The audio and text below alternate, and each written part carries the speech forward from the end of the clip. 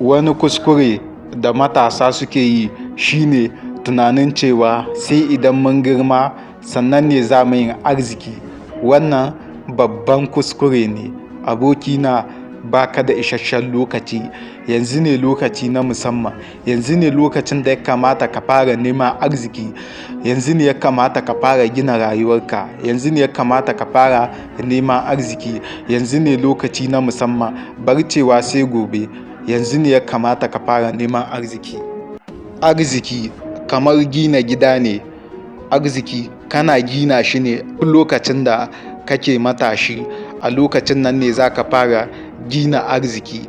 Kada ka yarda da gobe. Kada ka taɓa cewa sai gobe ne za ka yin arziki. Idan ka san yau ba ka san gobe ba. Bari na baku labarin wani mutum wanda ake ce mai Ali Baba. Ali Baba kowa ya san da cewa yana da kuɗi, babban mai kuɗi ne yanzu haka.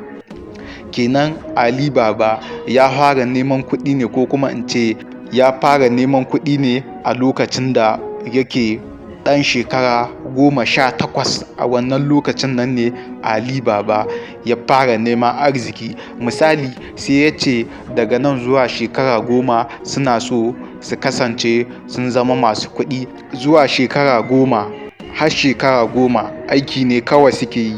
Dare da rana aiki ne suke. Dare da rana aiki ne suke. Har sai da suka kai shekara 10. A wannan lokacin kawai sai suka gani wannan burin nasu da suke nema gashi nan a yanzu ya cika. Ga sunan a yanzu ya cika, sabida kusan shekara 10 suka yi suna neman arziki. Kenan yanzu ne lokaci. Yanzu ne ya kamata a ce ka fara neman arziki.